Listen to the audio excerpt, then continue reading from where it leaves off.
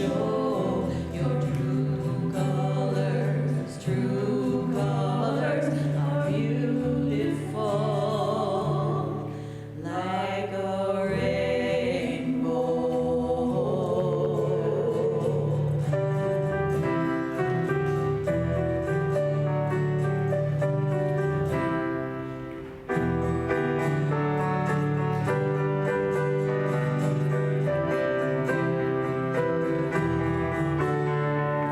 If this world makes you crazy, you've taken all you can bear. You call me up because you know I'll be there and see your true colors shining through.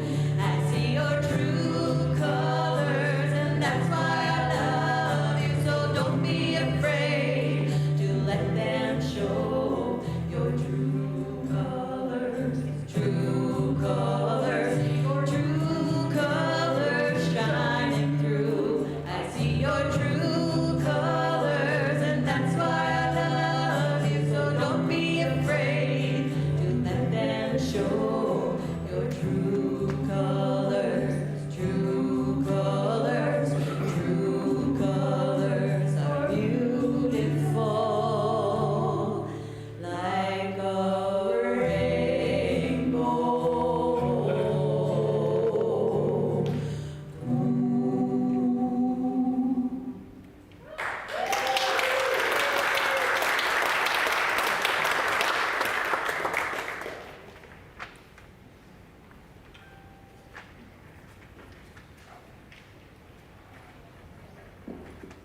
Thank you, Barbara and Sharbara.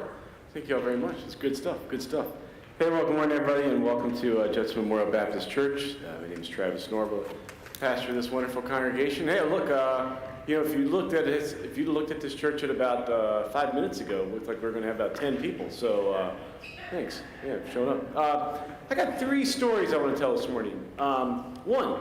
So Lori and I had a friend from West Virginia. He's a retired federal judge. Was in town for some kind of survivor-type competition that took place a couple weeks ago. And we picked him up at the airport and took him out to where he needed to go. And as we're in the van and we're talking, he asked a simple question. How did I get from, for both of us really, how do we get from kind of like this conservative West Virginia to a welcoming and affirming church? And it's a legit question. And we kind of walked through the answer to it. But, as I was reflecting on that this week, I thought, why is it that it's outside the norm that churches are welcoming and affirming? Why isn't the question flipped around? Why is it automatically like, why are you so, restrictive? That should be like the real question. So we've got a lot of work to do still. Here we are in this. So we're doing what we can, but here we are.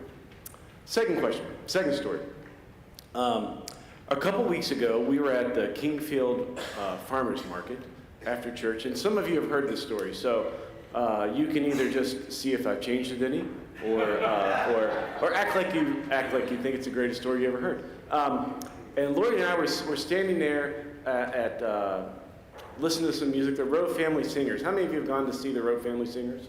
They play to 331 Club every Monday.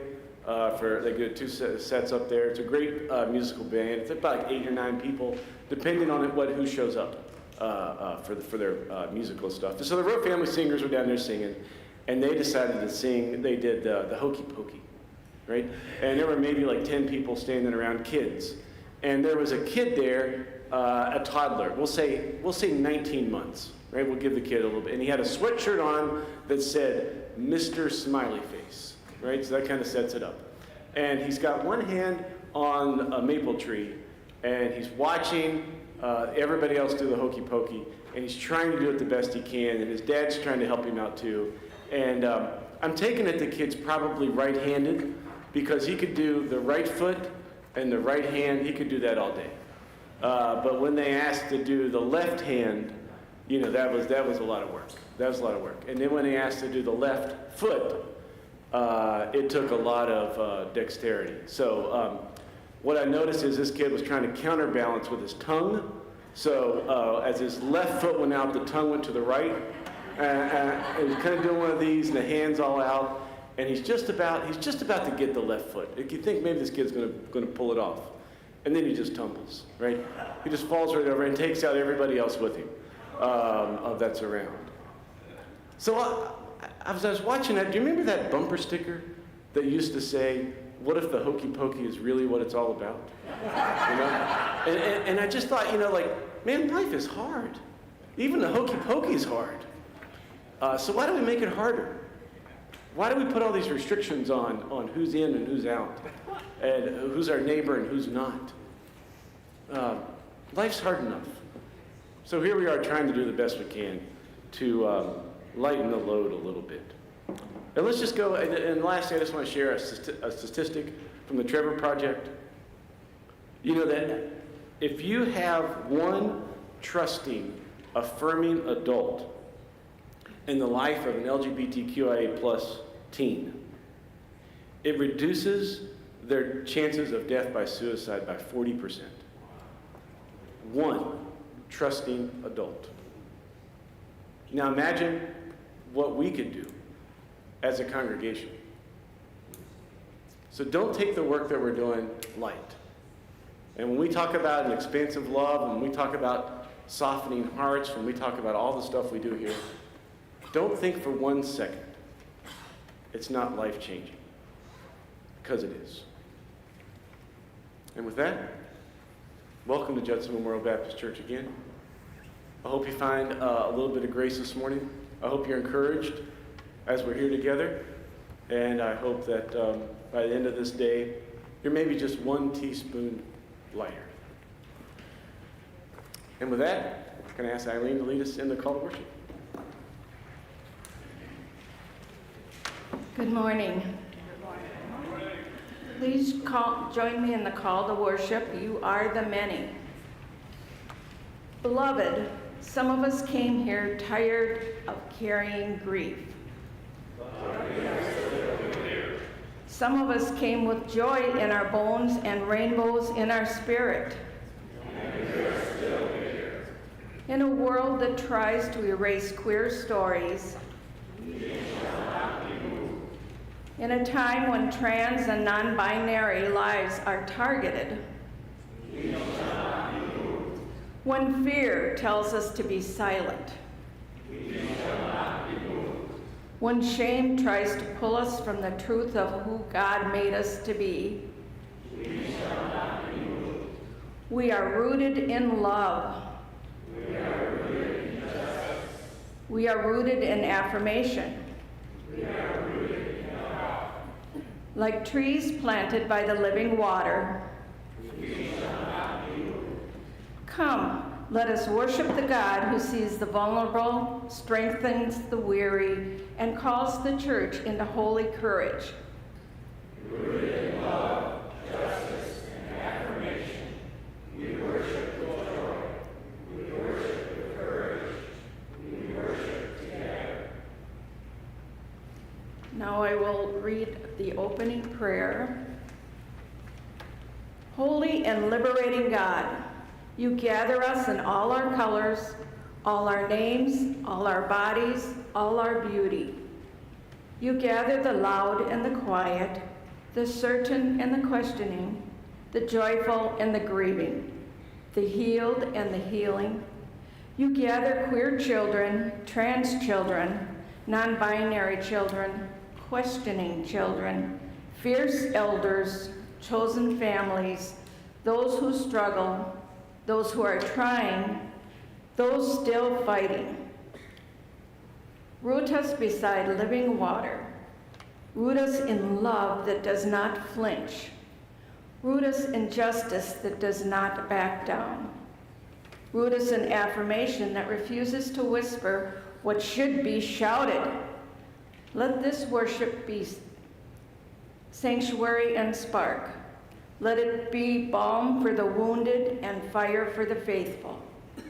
Let it remind us that we are yours, and because we are yours, we shall not be moved. Amen. Amen.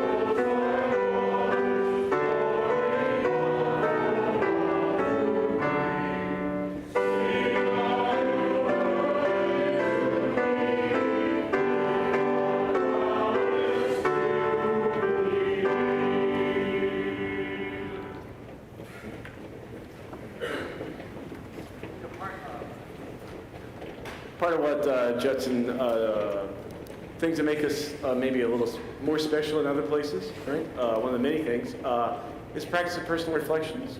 And so we have two personal reflections this morning from new members, Tammy and Michael. So, Tammy, you're up, yeah, and then Michael, yeah. But we'll have a song in between their personal reflections. So we welcome Tammy and Michael. Here we go, yeah.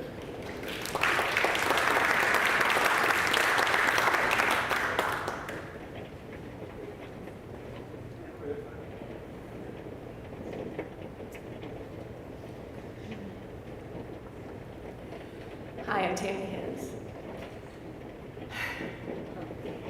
I grew up in Waukesha, Wisconsin. I was born in 1964. My mother gave us up for adoption. I'm a twin. And I was raised in a very loving household.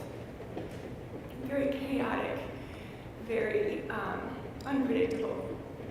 And as a result, really sought solace in books and the universe that they provided. My parents, our faith tradition was they would drop us off at church. They would drive off. And I grew up in the United Methodist Church, and we'd walk home from church, my brother and I. My parents would come to church on Easter Sunday. So it was a real personal experience, religion, not one that we really celebrated profoundly as a family. And again, I was, I think, a very insular, non-joiner of a person. And I carried that forward. I met my birth mother when I was a senior in college. And she was very much of a seeker. She was very interested. She was a lifelong Quaker, very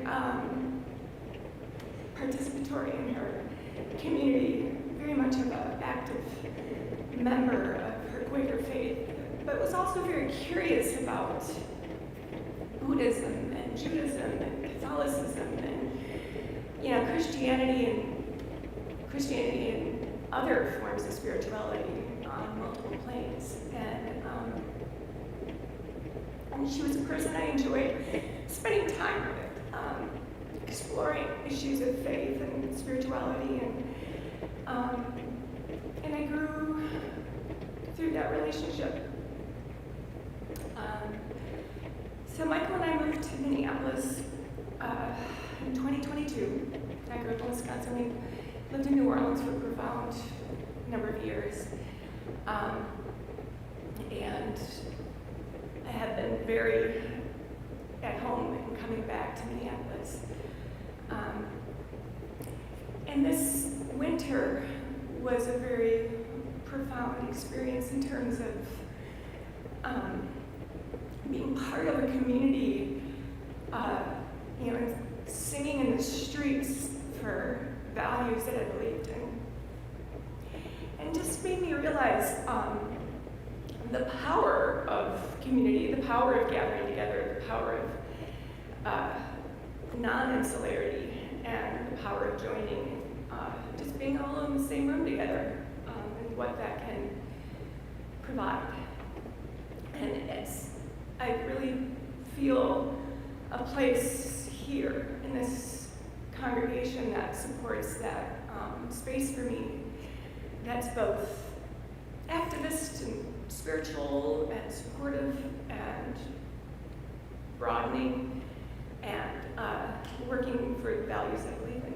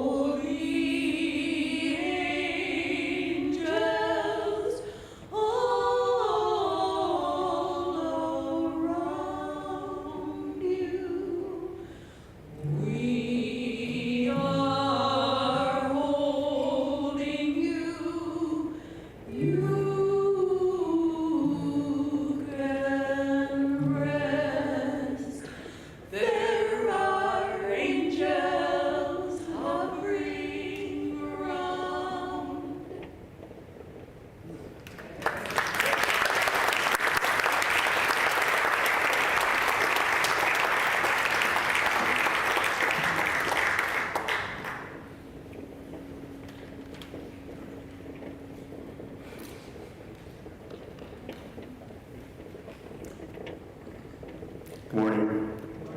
That's what it sounds like.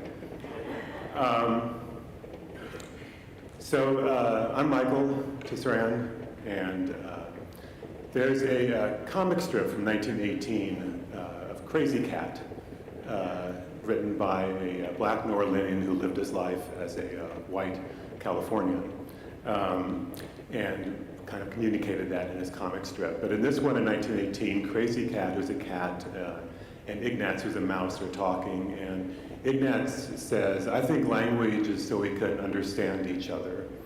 And Crazy Cat, after a little back and forth, says, "I think language is so we can misunderstand each other." And I think about that strip a lot, because, especially leading up to this, because it's words like soul, where I feel are the most elusive for me. I understand the word when Tom Joad says it in Grapes of Wrath. I have a feeling for the word when I hear it at the Gospel Tent at the New Orleans Jazz Fest.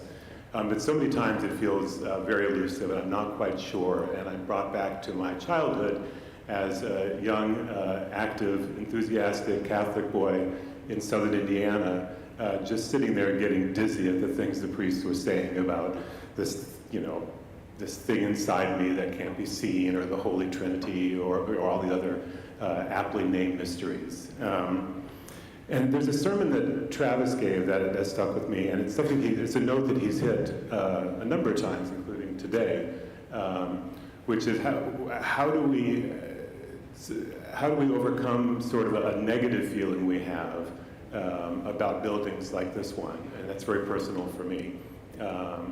How to overcome bad religion.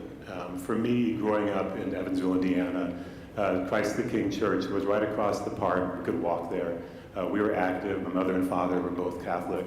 I was born in 1963, which is important because Vatican II, the Second Vatican Council, was 1962 to 1965, and I see some people nodding their heads. So if you're in the 60s and not Catholic, your world might have been rocked by the Vietnam War, by the Civil Rights Movement, but if you're a Catholic, boy, Vatican II just really, it meant the priest could no longer needed to face the back of the church, but could face the congregation, that Mass could be said in languages other than Latin. And it hit my family hard, and it was sort of the locus of conflict between my mom and my dad. My mom embraced the changes, my dad resisted them, and really wanted the church of his childhood to be there for him throughout his life, and that was changing. And my mom, who was a teacher at the Catholic Church, so nuns and priests were some of her best friends, and they would come over. They were no longer wearing their habits, and singing Peter, Paul, and Mary songs and playing guitar in the living room, and drinking wine and maybe some other things after I went to bed. And they became some of my heroes. Father Carl Roast, who was a softball player and had hands like a catcher's mitt. When I would go up to bed, he would come and put his hand on my forehead and give me a blessing. And it was really, it's when I think security, I think that moment. In 1975, two of my mom's friends, Clark and Philip Field, if you know the Berrigan brothers, if you ever heard of them, when Paul Simon sings "The Radical Priest, Come and Get Us Released," that's kind of the Berrigan brothers he was talking about. They would go and spill blood on military sites and nuclear warheads and things like that. But Clark Field and Philip were kind of the Berrigan, they were called the Berrigan brothers of Evansville, and Clark ran for U.S. representative, came in second. But I was out there with my mom handing pamphlets and helping to campaign, which has really stayed with me also. But the conflict, I don't want to pass over that. It was part of, I don't know if it was part of what led to their divorce, but it certainly was the form that the arguments took. Everything that brought me joy about church also brought just a supreme feeling of discomfort for that reason also. So I'm going to fast forward to 1981, 20 years later, in Scott Fondness's humanities class when I was a junior in high school. Up to that point, my teenage rebellion in Alexandria, Minnesota, was not drinking or drugs or fast driving, but it was joining the evangelical movement that was sweeping teenagers in Alexandria at that time. There was the Cornerstone Youth Center where we would play songs backwards to hear the secret messages. And watch the films on, the projector in the back, the Left Behind, films. And, I would try so hard at the Thursday night Bible readings to speak in tongues like the guy next to me that I would find myself faking it, I admit it here. But it was also, I actually, I had wonderful experiences, in it as well. I acted in the play Everyman, an updated version, and went to Baptist churches from here to California doing it. And there were some warm and wonderful times in there too. And for me, growing up Catholic, I found there to be like an intellectual rigor in this community. That's what really, attracted me, besides the fact that I was kind of finding my own path, that these were people that could quote chapter and verse of the Bible that I've been listening to, for the past 17 years. So in Scott Fondness's class, these moments in school that just stick with you when other moments don't. But I was bringing a pencil. I was working with a pencil that I got at the Cornerstone Youth Center. It was a white pencil. Number 2 lead, I'm sure, and one side of the top of the pencil had a cross, and the other side of the pencil had a flag. And Scott Fondness was walking and kind of looked at the pencil, and he looked at me, and I said, yeah. And he kind of pointed the cross, this is good, and he pointed the flag, he said, this is good, and he said, together they're not good. And gosh, did that stick with me in all kinds of ways, as far as just interrogating something as simple as the pencil I was using, but then just thinking critically. I felt as if, that class in many ways, this was like Tiny Humanities teacher that, taught you Chaucer and then taught you Rod Serling the next day. And it just awakened me in all kinds of ways, but especially that one. And that experience ended with the high school girl that I was most fond of, weeping over me because I kind of renounced that whole experience. And she was, wonderfully concerned that I was going to go to hell, because of it. So since then, spirituality, really like Tammy, it becomes sort of a private thing that I would plug into sometimes when I was feeling it and let go. And church was certainly something that seemed not, a really good thing that other people had, when it worked for them. In 1986, I learned something else, which I joined, I was 23 and I left 2 colleges and was trying to, and I just needed to do something, and I joined a cross-country march called the Great Peace March for Nuclear Disarmament, and it was about 600-700 of us from California to Washington, D.C. And although he was not an official marcher, Pete Seeger, who I'm sure that some of you all know and spent some good times with, would come about once a month or more and walk with us and lead these concerts.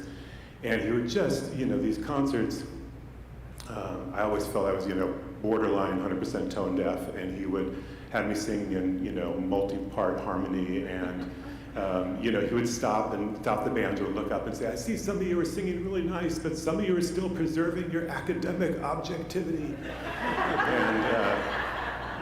And then, at the end of the march, and so many stories about Pete in the march. At the end, just like with Scott Fondness and that pencil, I remember he said, when this march is over and you go back somewhere, I just want to encourage you all to dig in.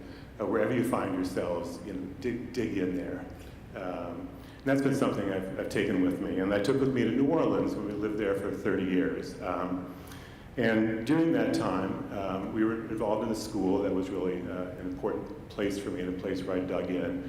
There was, by the way, another couple in that school. Like a number of the moms, there was kind of this legion of moms who were these like amazing involved moms and also amazing creative artists that you'd see them, at the art fair. So there was this woman named Lori who was there. And did amazing work and seemed like one of these amazing moms. And she had this husband, who had a very unusual sense of humor, and even a more unusual job, at least in my circle. He was a Baptist pastor down the street. I'm going to fast forward through 2012, when we found ourselves starting to come back and forth to Minnesota. We'd been through the Katrina experience, where that sense of community that I'd started to think about on the Peace March, really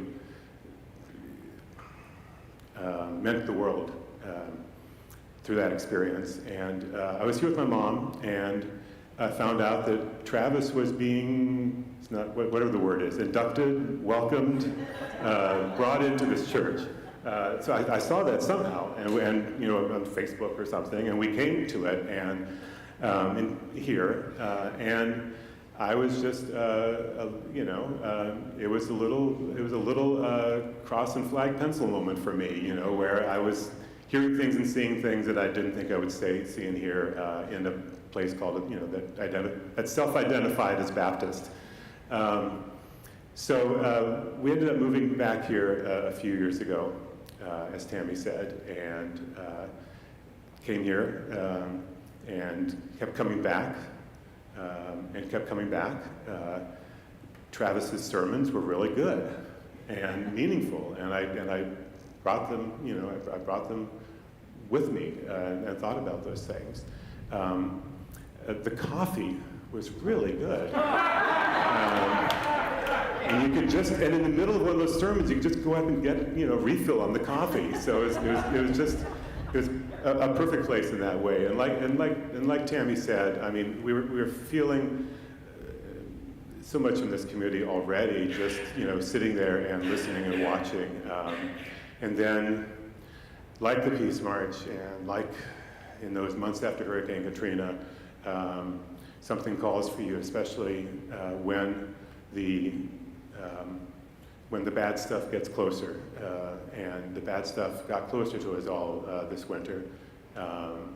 And the response that I felt here, like the response I felt in Minneapolis, and I should say in Alexandria and out in the rural areas too, of resistance, but also just of affirming what community means to us, what that means, where you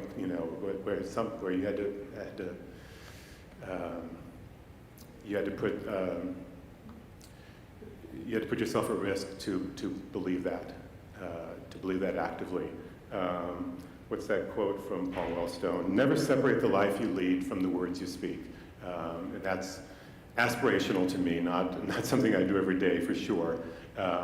But this is a place that embodies that for me. And as we kept coming here, we're like, well, okay, let's do this. Let's, why, we've been drinking enough coffee for free here. I almost got cold feet the last, there's kids here, so I won't use the language, but I sent a text to Travis sort of saying, well, do I have to sort of believe in this peculiar divinity of the historic Jesus as far as being a member here? And he said no, but it was almost implied an emphatic no, if you know what I mean. So we signed up. We signed on, and we joined in, and the coffee is still good. Thank you. And it's truly an honor to be here, and thank you all.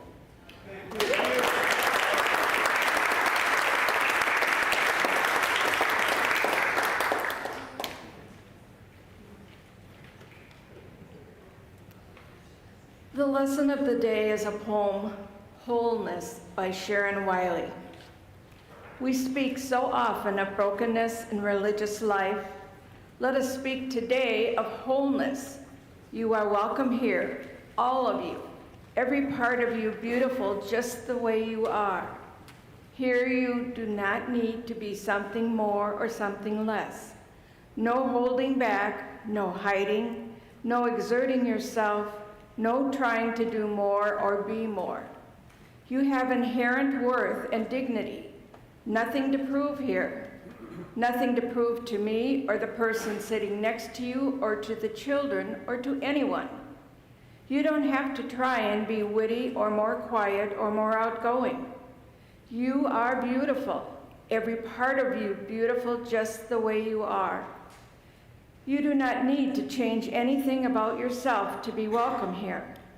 Your skin, your hair, your belly, your limbs, your face, all beautiful just the way you are.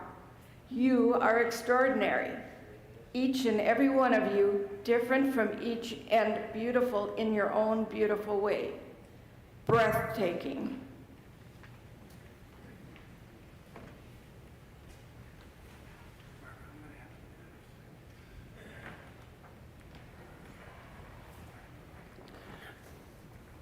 For the prayer intentions this morning, I'm just going to ask you to, we're going to have a minute of silence, and then I'll ask you to start bringing your prayer intentions up forward then. So if you have one that you'd like to share in community, please put those in the wooden bowl. The ones that you'd like to remain silent, please place those in the metal bowl. Carolyn will not be here this morning. She is on a float for the Pride Parade, and probably a little bit of literal floating today, so we'll see how that goes. So let's just take a minute of silence, kind of just take in what we have, and then at the end of that minute, I'll give a nod to Barbara, and she will play, and then I'll invite you to come bring your prayer intentions forward at that time. There's slips of paper in the pews to write them down. If you don't have a slip of paper, you can tear the piece of the bulletin off, or what you need to do. And sometimes, there's always about 3 prayer requests that are blank every Sunday. And so if you can't put words to it, it's fine. Just put it in and we'll pray it still.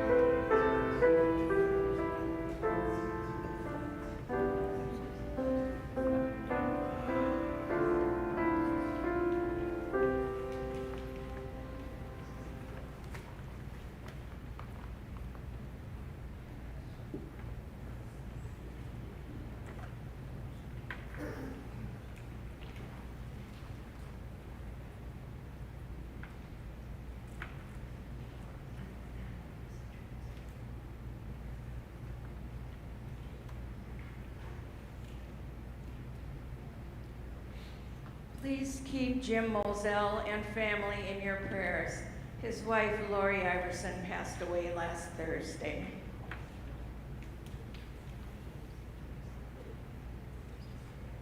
Thank you for all the things. Thank you all for the things.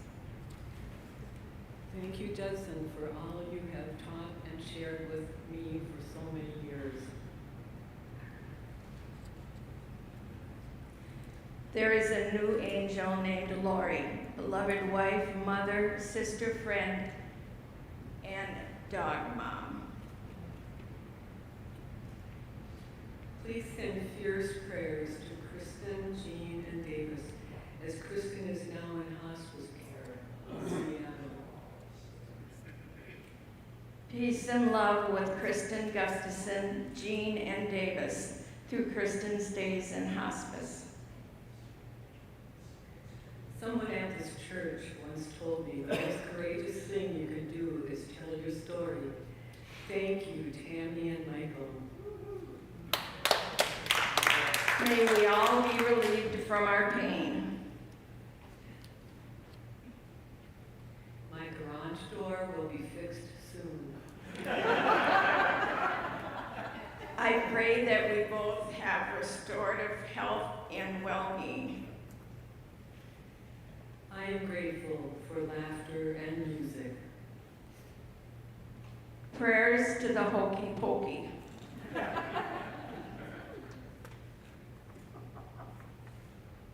Like trees planted by the water, we shall not be moved. A huge Judson thank you to Dale Alexander and company for the great concert last night.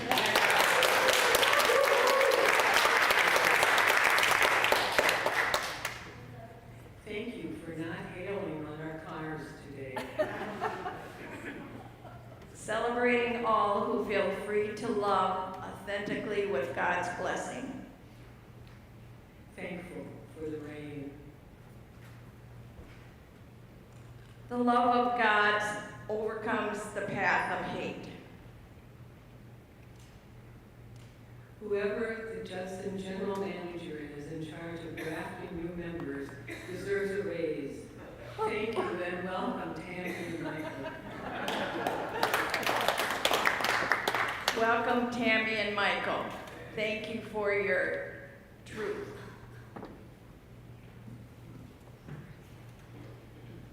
Excuse me. I'd like to also thank Jim M. Bensel for organizing that concert last night.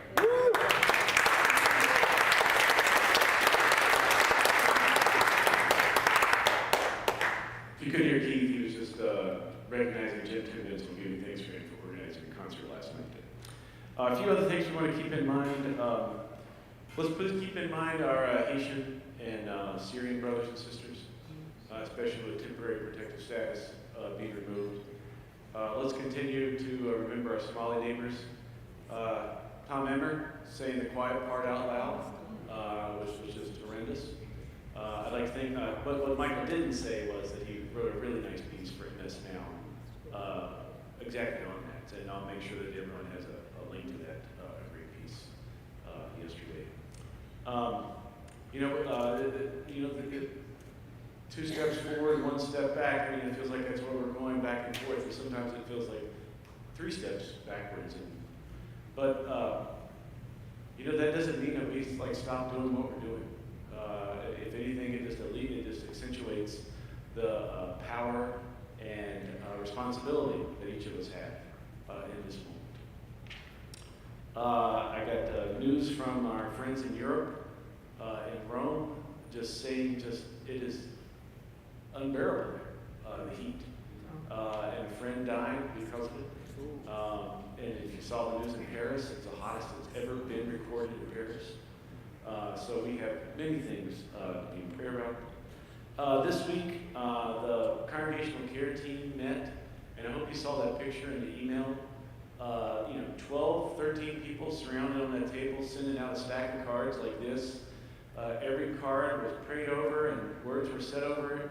And I want to give a shout out to Grady O'Halloran, who was there. His mom died, and he was there signing cards.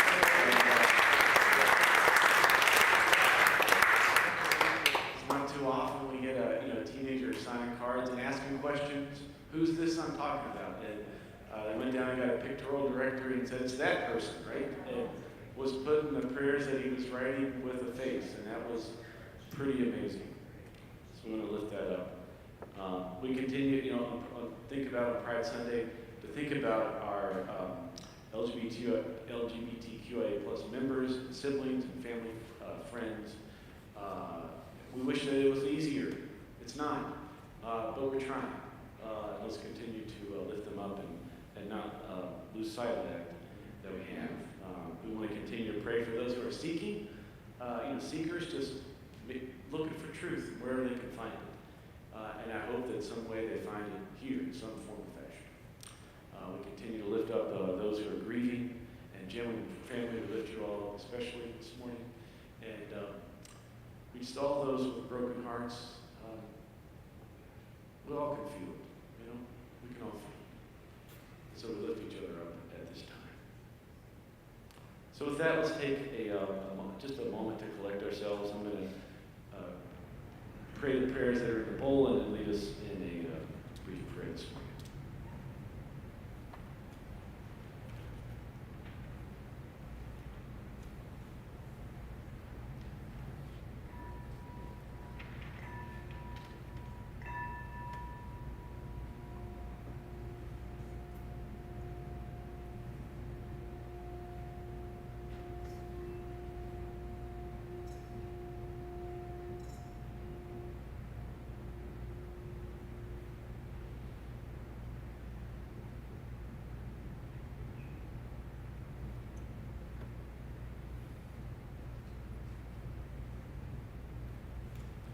Loving God, I wish we could all look at each other and say with deep sincerity and truth that it's all going to be all right.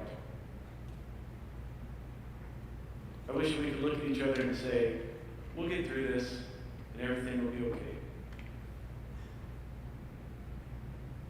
But we can't say words like that.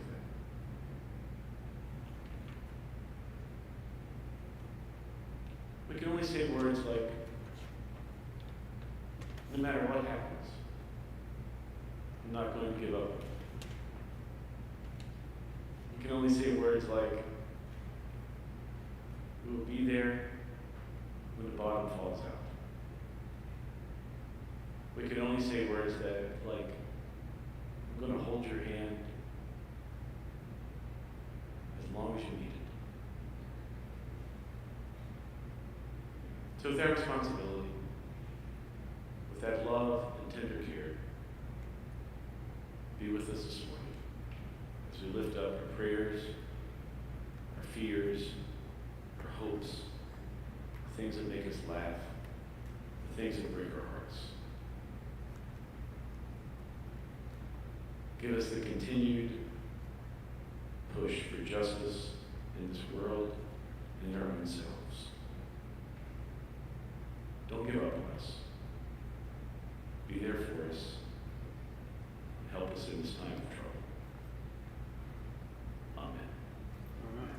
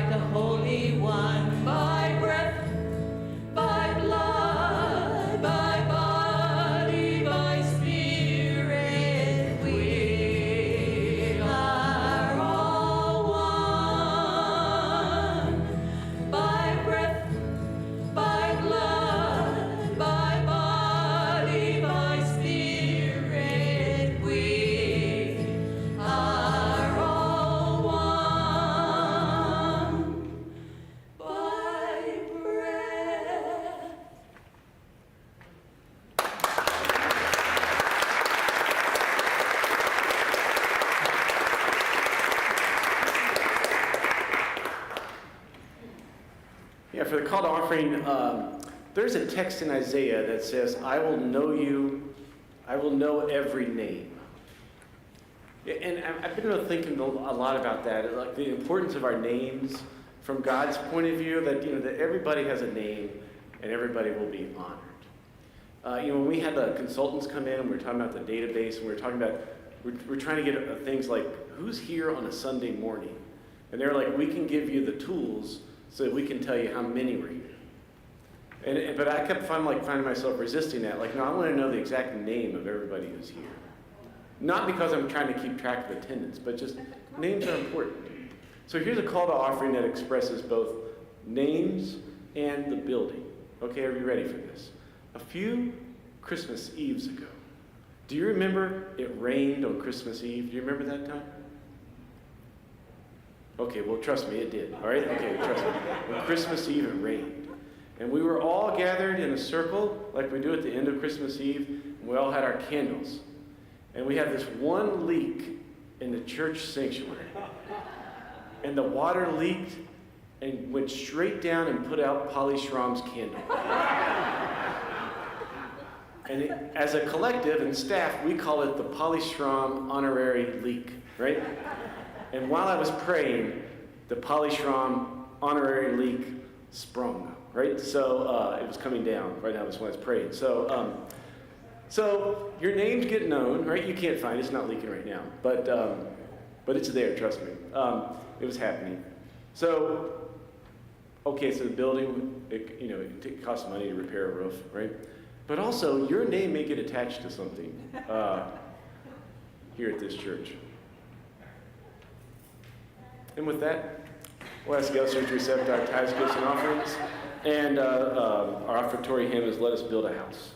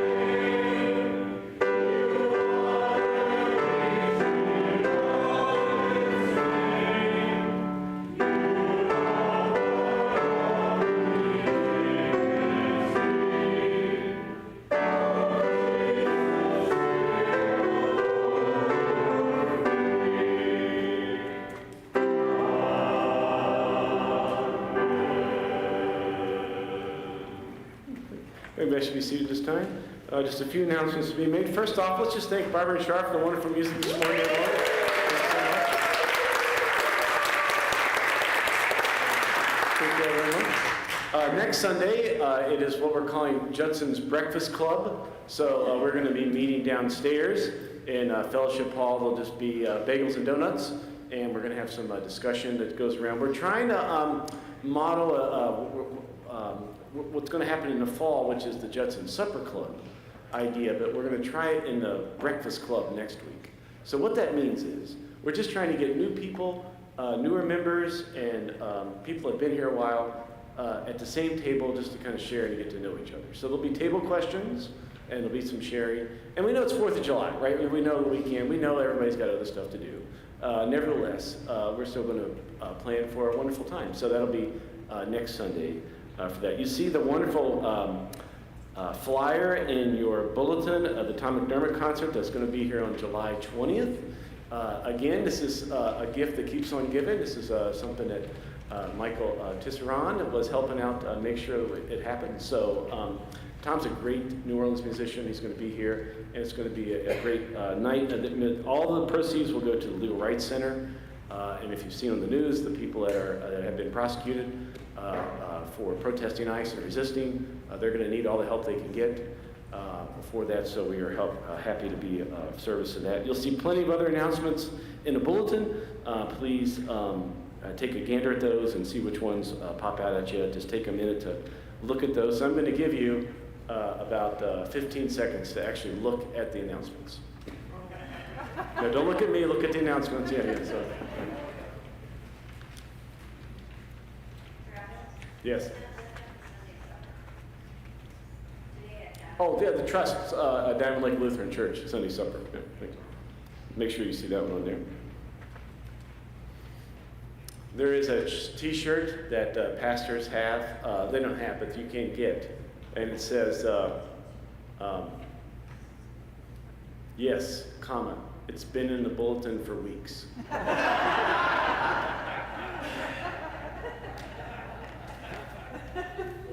That's your announcements for this morning. Brothers and sisters, sisters of God, receive this blessing, and then Barbara and Char are going to sing us out. As you go forth from this place, remember that there are people that think that your job is to not say a word, but just to go out and accept the way life is. But we know that the Christ did not come upon this earth to just bless the status quo and say, oh, everything's fine. Go ahead.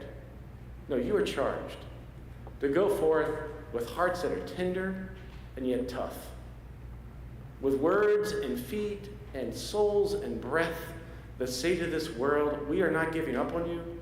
We're going to love you into a new existence, and we are going to continue on no matter what you throw at us.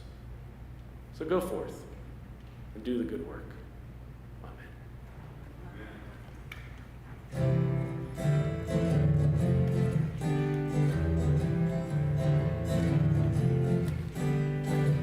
Jesus Christ was a handsome man.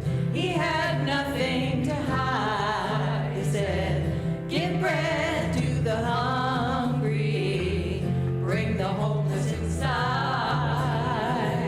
Jesus Christ was a dangerous man. That's the way that he died, saying, be good to the people you love and love everybody alive.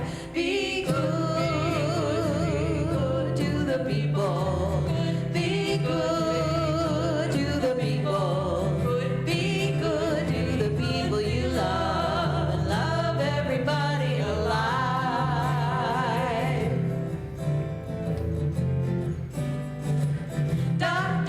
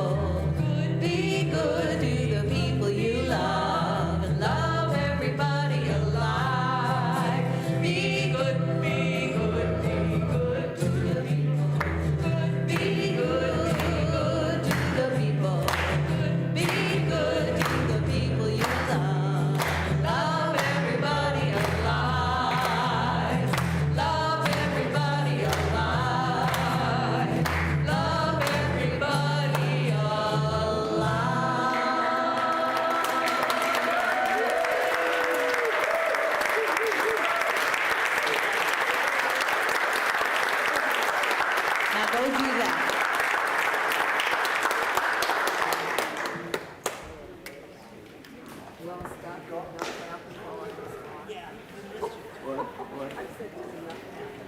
yeah, lots of excitement.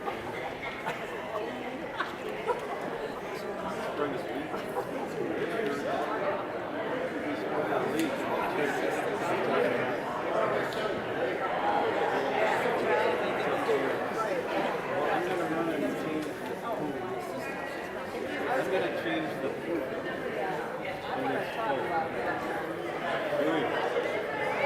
You what?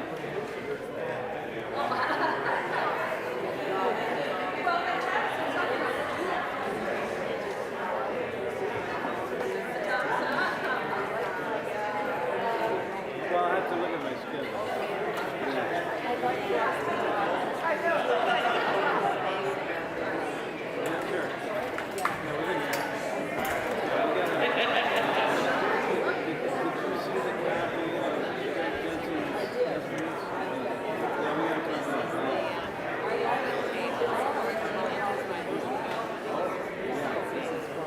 Okay. Okay, that's good to know.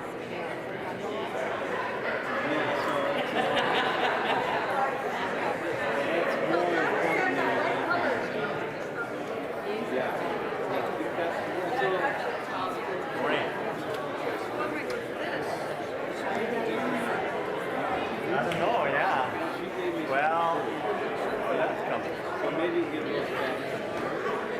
That's 3 feet.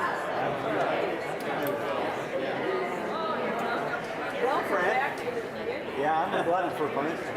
Yeah, you are. And we're so happy that you are. No, Yeah. well, yeah. And I hopefully that way I come back, I regenerate so I don't forget it. You know, I remember they do there was mint they used to do a kind of a assessment. But then, you know, yeah, I saw that, yeah. Yeah. That's new. Well, but I'm sure it's water related. That's a little disconcerting. Never. I'm gonna go change it. Yeah. So please, how are the knees? And then,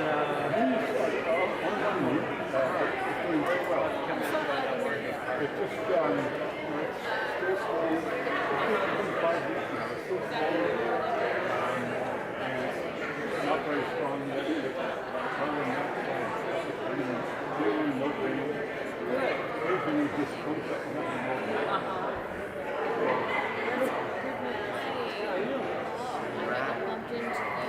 I think yes. All downtown. Yeah. Yep. That's most of the time.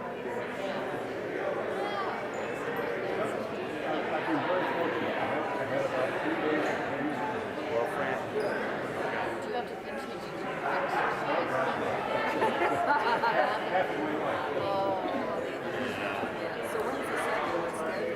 Well, not for a while. But I want to have broke my hip.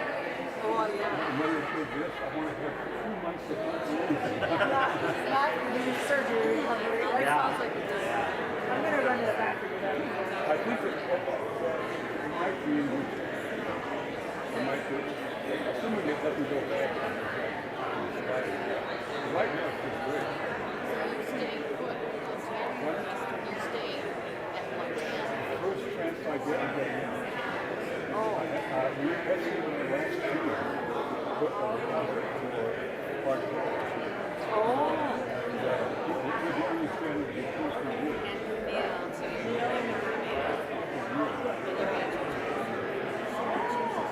They actually called me last month. I was in it.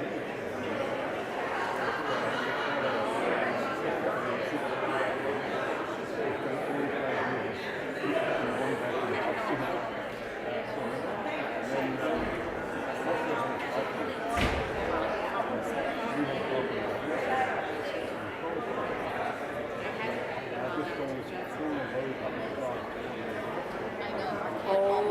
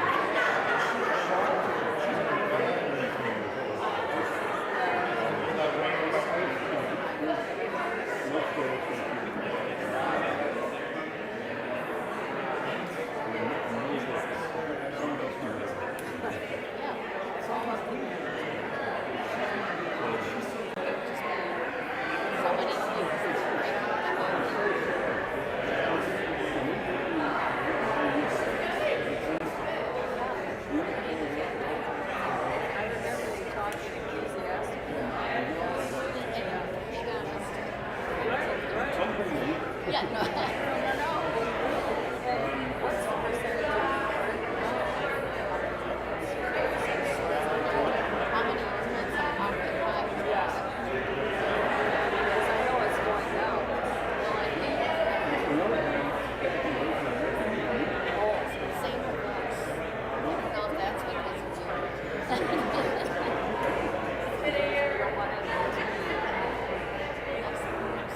Especially the tennis. Our rent's going to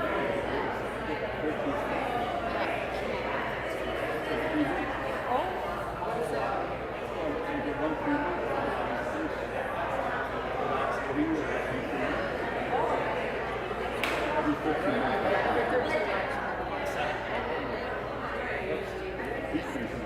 yeah. So they are too.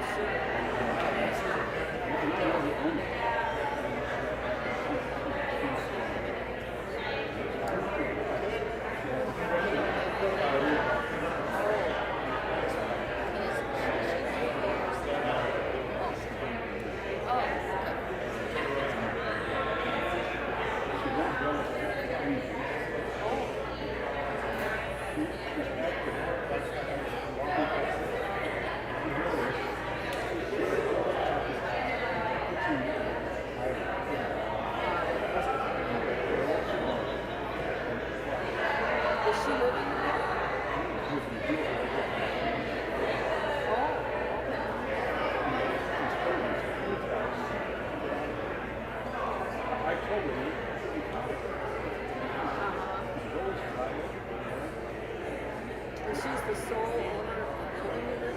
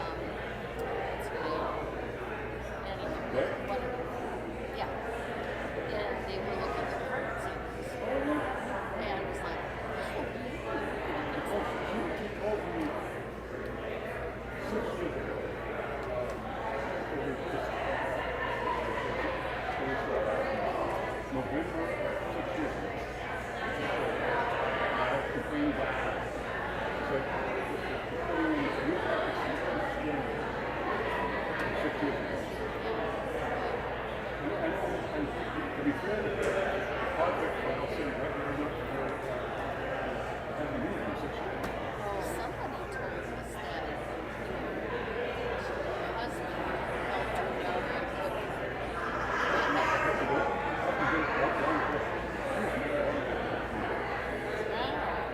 well, She wanted to be produced with her husband. yeah. Well, hi. Ladies! Yeah, I saw you go. Yeah, first Yeah. chance I got in God. Yeah. Well, we'll wave to each other. I mean, no water. We're talking about the building. Well, let's get over here and talk about something else. Okay. If we married them, I said, hey, hot water. How are you? Get a shower. You're home. Good. Good. We hire a doctor. For a while now? Yeah.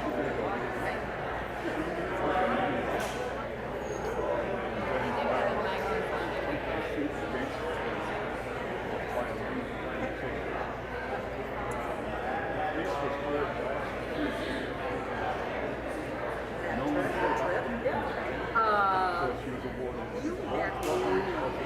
Yeah, she said she was, oh, Plus, how much money? yeah.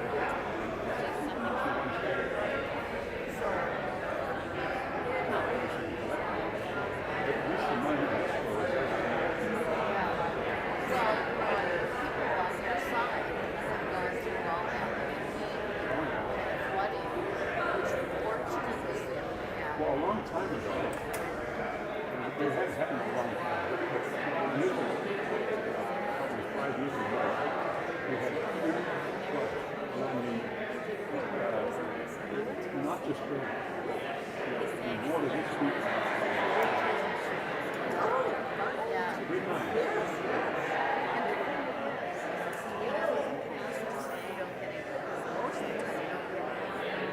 Oh, I know, that's the worst part. Yeah, it's like, I told James, James, at least tell us what's going on. I mean, it'd be nice to know that when I send out an email saying we have no hot water, someone would acknowledge that.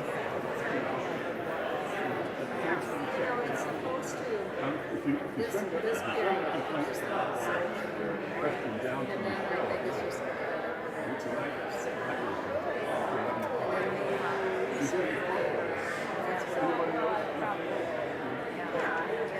but you know, the problem is that